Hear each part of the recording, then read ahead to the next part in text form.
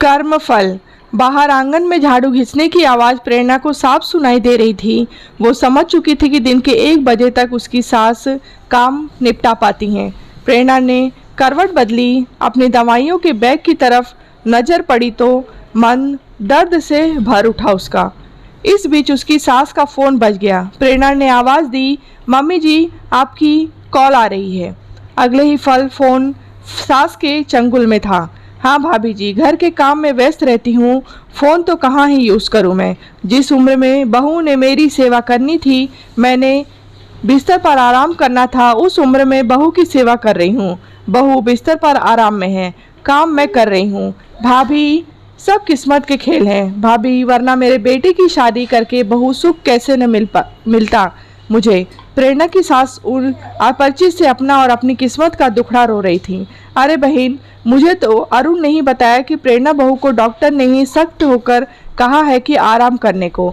अरुण ने ही बताया कि अगर अब भी प्रेरणा पहले जैसे ही अपने स्वास्थ्य के प्रति लापरवाह रहेगी तो उसका जिंदा रहना मुश्किल हो जाएगा। तुम्हारी बहू का स्वास्थ्य ऐसे हो गया, कैसे हो गया बहन? अच्छे भले घर की बहू कुपोषण की शिकार, एनीमिया की शिकार, ताज्जुब की बात है कि नहीं? अब जब घर की बहू ही बीमार हो जाए तो घर क्या खाक सही रहे? मैं तो सुबह ही अपनी बहू पर चिल्लाई हूँ। साफ साफ बोल दिया मैंने अपनी बहू को कि बीमार नहीं पड़ना है। उसके लिए फल फ्रूट्स रमन से बोल बोल कर मंगवाती हूँ। अगर बहू बीमार हो गई तो हमारा बुढ़ापा कौन संभालेगा? बच्चों पर ध्यान कौन देगा? हमारे बेटे के सुख दुख का बेहतर भागीदार कौन होगा? अगर अपनी पत्नी ही बीमार होकर उसकी पत्नी ही बीमार होकर बिस्तर पकड़ ले बेवक्त, साफ सी बात है बहन की कर्म फल मिलते ही मिलते हैं। अब बहू का ध्यान रखूंगी तो अपना सास जीवन सुख से जी पाऊंगी, मेरा बेटा सुख रहेगा, नाती पोतों की जिम्मेदारी सब पर रहेगी और इस सब के कारण घर हमारा खुशहाल रहेगा। मैं तो बहू के प्रति शिद्दत से अपने कर्म फल अच्छे रखने पर मेहनत कर रही हूँ, खासकर जब से प्रेरणा बहू की बीमारी की बात सुनने में आई है। प्रेरणा की सास को उन परिचित की बातें सुन जैसे सांप सूंघ गया हो। कुछ बोलने की बजाय प्रेरणा के प्रति सास के रूप में किए गए रूखे सूखे व्यवहार के चलचित्र आंखों के सामने छानने लगे थे। जो सूखा रूखा व्यवहार वो अक्सर प्रेरणा के साथ करती आई थी।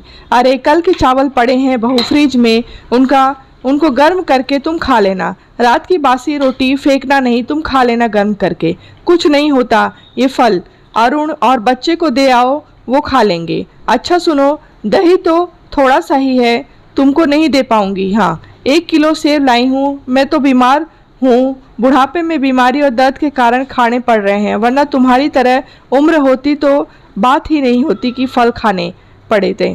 प्रेरणा की सास को अपने वो सब कर्म याद आ चुके थे जिसका फल ये हुए कि आज प्रेरणा बहू बिस्तर पे थी। इस सूखे रुखे व्यवहार ने एक केवल शरीर खराब किया प्रेरणा का, बल्कि उसका मन जीने तक की ख्वाहिश छोड़ चुका था। सही कहा भाभी, आपने, हमारे कर्म फल मिलते ही मिलते हैं। मैंने तो कभी ये नहीं सोचा ही नहीं कि बहू पूरा घर संभालती, उस बहू का स्वास्थ्य का ध्यान रखा जाना कितना ज़्यादा जरूरी है। स्वस्थ खान पान न मिल पाने पर वो बिस्तर भी पकड़ सकती है, उसके शरीर में खून की कमी हो सकती है, वो कुपोषण की शिकार भी हो सकती है। मैंने जरा भी ख्याल नहीं किया कि इस बारे में।